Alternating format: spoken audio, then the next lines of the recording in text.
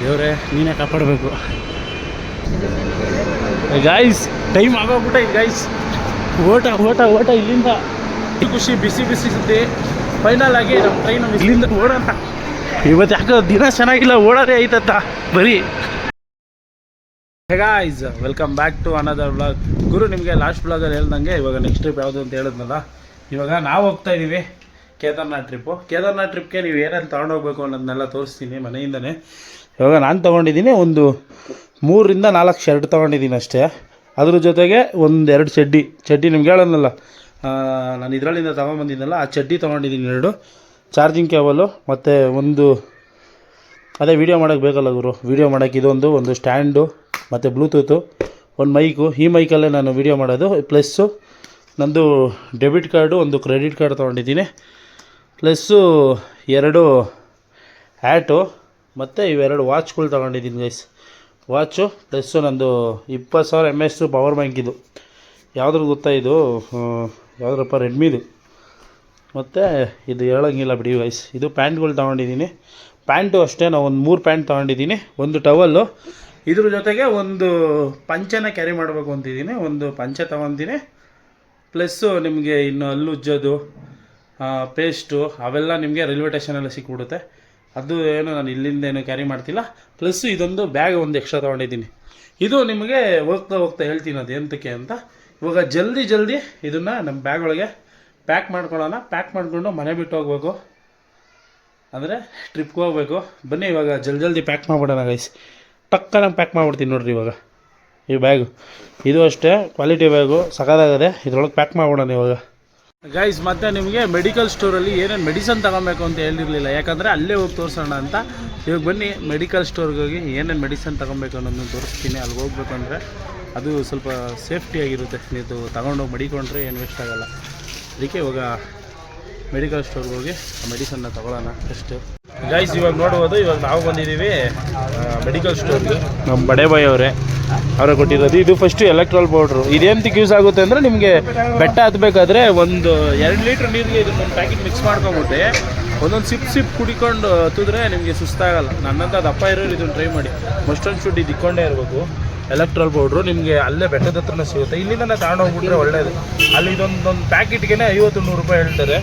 ಆಮೇಲೆ ವ್ಯಾಲಿನಿ ತೊಗೊಂಡಿದ್ದೀನಿ ಮೈಕೈ ನೋವು ಬಂದಾಗ. ಇದು ಗ್ಯಾಸ್ಟ್ರಿಕ್ ಮಾತ್ರೆ. ಇದು ಮಸ್ಟೊಂದು ಶುಡ್ ಇರಬೇಕು. ಕೈಕಾಲು ಹಿಡ್ಕೊಬಿಡೋದು ಅವೆಲ್ಲ ಆಯ್ತವೆ. ಇದು ಬೇರೆ ಮಾತ್ರೆ.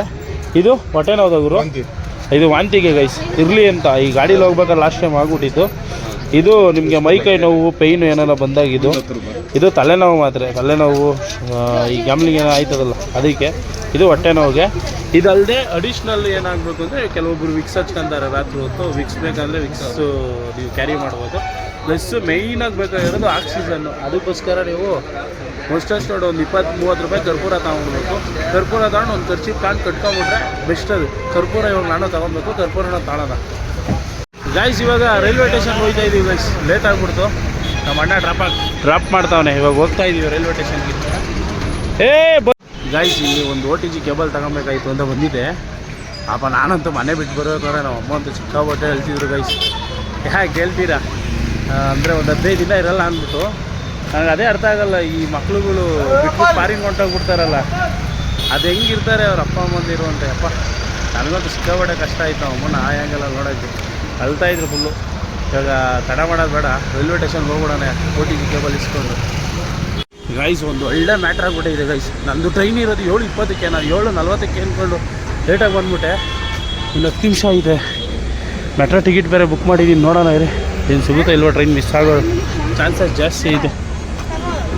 ಜೀವನದಲ್ಲಿ ಬರೀ ಇದೆ ಇದಪ್ಪ. ಎಲ್ಲೋ ಒಂದು ನಮ್ಮ ಜೀವನದ ಡೆಸ್ಟಿನಿಗೆ ಹೋಗೋಣ ಅನ್ಕೊಂಡ್ರೆ ಬರೀ ಟ್ರೈನ್ ಮಿಸ್ ಮಾಡ್ಕೊಳ್ಳೋದೇ ಆಯಿತು.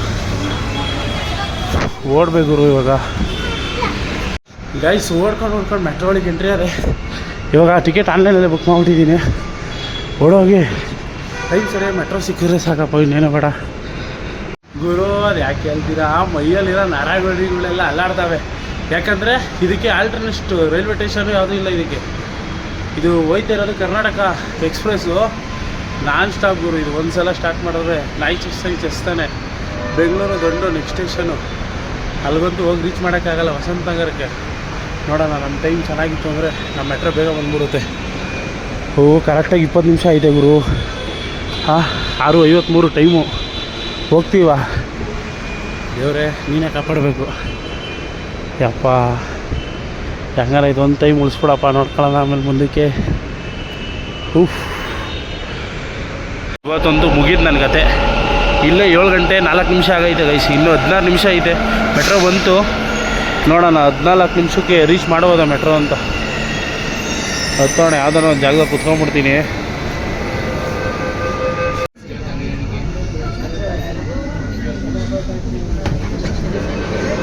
ಗೈಸ್ ಟೈಮ್ ಆಗೋಗ್ಬಿಟ್ಟೈತೆ ಗೈಸ್. ಓಟ ಇಲ್ಲಿಂದ ಇನ್ನು 2 ನಿಮಿಷ ಇದೆ ಗೈಸ್. ಟ್ರೈನ್ ಆಗಲೇ ಪಾಸ್ ಆಗಬೇಕಾಗಿತ್ತು, ಆಗಿಲ್ಲ. ನಮ್ಮ ಅದೃಷ್ಟ ಚೆನ್ನಾಗೈತೆ, ಇಲ್ಲಿಂದ ಓಡೋಣ. ಇವತ್ತು ಯಾಕೋ ದಿನ ಚೆನ್ನಾಗಿಲ್ಲ, ಓಡೋದೇ ಐತತ್ತ ಬರೀ. ಗೈಸ್ ಫೈನಲಿ ಒಂದು ಖುಷಿ ಬಿಸಿ ಸುದ್ದಿ. ಫೈನಲ್ ಆಗಿ ನಮ್ಮ ಟ್ರೈನು ಮಿಸ್ ಆಗಿದೆ. ನಾನು ಬರೋದು 5 ನಿಮಿಷ ತಡವಾಗಿದ್ದಕ್ಕೆ ನಮ್ಮ ಟ್ರೈನ್ ಮಿಸ್ ಆಯಿತು.